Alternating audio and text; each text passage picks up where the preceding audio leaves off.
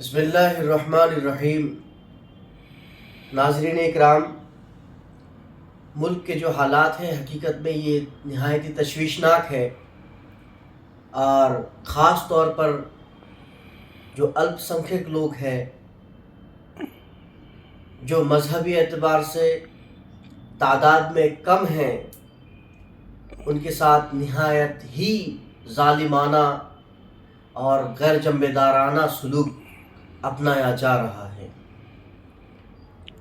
کہیں سے بھی شروعات کیجئے، ہر جگہ خاص طور پر مسلمانوں کو دبانے کی اور ان کو ہر طرح سے ہراساں کرنے کی کوشش کی جا رہی ہے، لیکن اس میں کسی بھی طرح سے ڈرنے یا نا امید ہونے کی ہرگز ضرورت نہیں ہے۔ اللہ رب العزت قرآن میں فرماتے ہیں وَلَنَبْلُوَنَّكُمْ بِشَيْءٍ مِّنَ الْخَوْفِ وَالْجُوعِ وَنَقْصٍ مِّنَ الْأَمْوَالِ وَالْأَنفُسِ وَالثَّمَرَاتِ وَبَشِّرِ الصَّابِرِينَ الَّذِينَ إِذَا أَصَابَتْهُمْ مُصِيبَةٌ قَالُوا إِنَّا لِلَّهِ وَإِنَّا إِلَيْهِ رَاجِعُونَ۔ اللہ فرماتے ہیں کہ ہم تمہیں آزمائیں گے مسلمانوں۔ اے ایمان والو، یاد رکھنا، اگر تم ایمان رکھتے ہو اللہ پر، اگر تم ایمان رکھتے ہو آخرت پر، اگر تم اپنے رسول کو محمد عربی صلی اللہ علیہ وسلم کو اپنا رسول مانتے ہو، اسلام کو اپنا دین سمجھتے ہو، تو پھر یاد رکھنا تمہیں مختلف طریقے سے آزمائے جائیں گے۔ ڈرا کر آزمایا جائے گا، تمہیں بھوک کے ذریعے آزمایا جائے گا، تمہیں غربت دے کر، یعنی تمہاری مال اور دولت کو لے کر بھی تمہیں آزمایا جائے گا، اس طرح سے تمہاری اولادوں کو تم سے چھین کر بھی آزمایا جائے گا۔ اللہ ہر طرح سے آزمائیں گے، اور ان تمام آزمائش کے سامنے جب کوئی ڈٹ کر کھڑا ہوتا ہے اور صبر و شکر کرتا ہے تو وَبَشِّرِ الصَّابِرِينَ، پھر اسی کے لیے بشارت ہے، اسی کے لیے خوشخبری ہے۔ ورنہ جو ان تمام آزمائشوں کا سامنا نہ کر سکے، پھر اس کے لیے کوئی خوشخبری نہیں ہے۔ الذین اذا اصابتهم مصیبہ قالوا انا للہ وانا الیہ راجعون۔ جب اس طرح کی آزمائشیں آئے، مصیبتیں آئے، شقائق اور دقائق آئے، پھر مسلمان کہتا ہے انا للہ وانا الیہ راجعون۔ اے اللہ، ہم سراپا تیرے لیے ہیں، یہ مال دولت کیا ہے، یہ جان کیا ہے، یہ سب کچھ تیرا ہی دیا ہوا ہے، میں تو خود بھی تیرا ہی دیا ہوا، تیرے پاس ہی لوٹنا ہے، پھر کیا فرق پڑتا ہے۔ اگر یہ سوچ مسلمان بنا لے پھر کوئی حرج نہیں ہے۔ لیکن خاص طور پر اس وقت میں کہنا چاہوں گا حکومت ہند سے میں خاص طور پہ یہ کہہ دینا چاہوں گا کہ جس طرح سے مسلمانوں کو ہراساں کرنے کی کوشش کی جا رہی ہے، مسلمان ڈرنے والوں میں سے اور دبنے والوں میں سے تو ہے ہی نہیں۔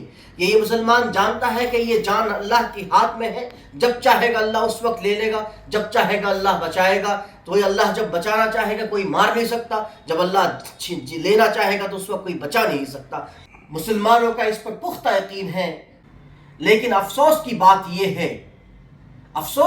یہ ہے کہ یہ ایک ملک، اتنا خوبصورت ملک ہندوستان، جہاں ہر مذہب کے لوگ رہتے ہیں، جہاں ہر طبقے کے لوگ رہتے ہیں، اس ملک کی خوبی ہی یہی ہے کہ اس میں ہر رنگ کے پھول اس ملک میں رہتے ہیں۔ یہاں کالے بھی رہتے ہیں، گورے بھی رہتے ہیں، یہاں اونچی قد کے بھی رہتے ہیں، نیچی قد کے بھی رہتے ہیں، یہاں ہر طبقے کے، ہر مذہب کے لوگ ایک ساتھ مل کر رہتے ہیں۔ اس ملک کی خوبصورتی یہی ہے، لیکن اس کو بگاڑنے کے لیے، اس ملک کی شبیہ کو خراب کرنے کے لیے جس طرح سے سازشی لوگ اور منصوبہ کرنے والے لوگ کوشش کر رہے، سازش کر رہے، رب ان کی سازشوں کو بھی کامیاب ہونے نہیں دیں گے۔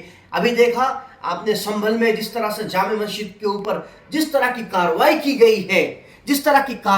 گئی ہے، یہ نہایت افسوسناک ہے۔ 5 بچوں کی، 5 جوانوں کی جان چلی گئی ہے۔ اس سے زیادہ افسوس کی بات اور کیا ہو سکتی ہے؟ کچھ بھی واپس آ سکتا ہے، لیکن یہ جان کیسے واپس آئے گی؟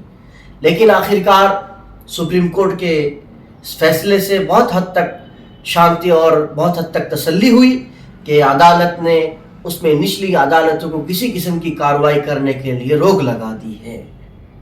اسی طرح سے اجمیر مزار کے متعلق بھی یاچیکا دائر کر دی گئی۔ بھائی یہ ہو کیا رہا ہے؟ کورٹ، عدالت کر کیا رہی ہے؟ اس طرح کے نفرتی چنٹوں کو موقع کیوں فراہم کیا جا رہا ہے؟ جو اس طرح کے لوگ ہو، اس طرح کے نفرتی لوگ جو کسی مذہب اور لوگوں کے درمیان میں آپس میں لڑائی اور جھگڑے کرانا چاہتے ہیں، ایسے لوگوں کے خلاف سخت سخت کارروائی ہونی چاہیے۔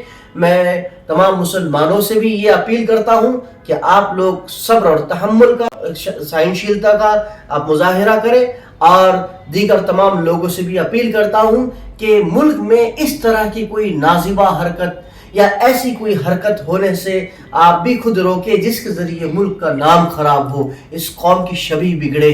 اللہ رب العزت اس ملک کو امن و امان بخشے، ہمارے درمیان میں بھائی چارگی عطا فرمائے، ہم سکھی اور تسلی بخش زندگی گزارے، اس کی توفیق عطا فرمائے۔ وآخر دعوانا الحمدللہ رب العالمین۔